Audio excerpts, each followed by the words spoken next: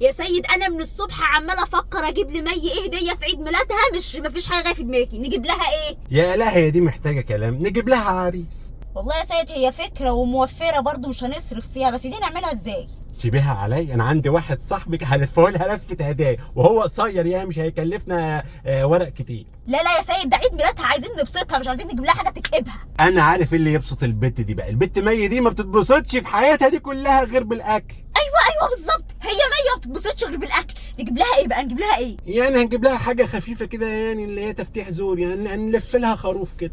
انت عايز تلف اي حاجه وخلاص؟ ايه ده كبير جدا. احنا يا دوبك نجيب لها ايه، نص فرخه مشويه. انت يا بقى بطله العالم في النتانه اللي ما تكمليها فرخه. لا، ما البادجت اللي معايا مش هتكفي، وهي عامله دايت. البادجت اللي معاكي مش هتكفي فرخه مشويه؟ انت معاكي كام يا الاء؟ 17 جنيه 75 قرش. 17 جنيه 75 قرش؟ جبت الربع الجنيه ده منين؟ ده اتلغى من زمان. وبعدين 17 جنيه 75 قرش دول ما يجيبوش حتى نص فرخه، ده يا دوب يفرجونا على فرخه وهي بتبيض فناخد البيضه بتاعتها ب 17 جنيه 75 قرش. عندك حق صح، يبقى شكلها مش حلو. طب بقول لك ايه، ما تيجي نفكر في هديه عمليه، حاجه هي محتاجاها جدا الفتره دي. هديه عمليه؟ ايوه انا عرفت. سيد مي الفتره دي عندها حصوه في الكلى مضايقاها جدا، احنا نقضي لها كلى. نقضي لها كده؟ يعني نجيب لها متبرع بالكلى يعني؟ طب مين هيتبرع لها بكليه زي مين ده؟ انت تستهبل يا سيد ولا ايه؟ ما انت عارف ان انت الوحيد اللي فصيله دمك نفس فصيله دم مي. ايه ده هتسرقوا اعضائي عشان يجيبوا لها هديه؟ ان شاء الله عنها ما جالها هديه.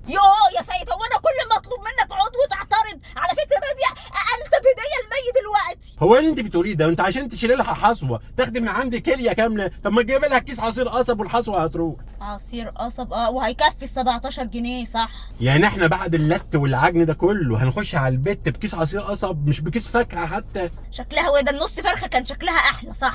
طب ايه العمل يا لا؟ ايه العمل يا انت شايف اللي انا شايفه؟ اخر العنقود. هو ده اللي بلجأ له في الاوقات الصعبه اللي زي دي. والله. اتفرج بقى على اللي انا هجيبه بال 17 جنيه.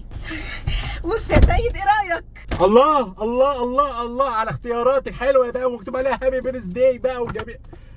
بس دي فاضيه يا ايه؟ انا البادجت اللي معايا كفت الشنطه بس.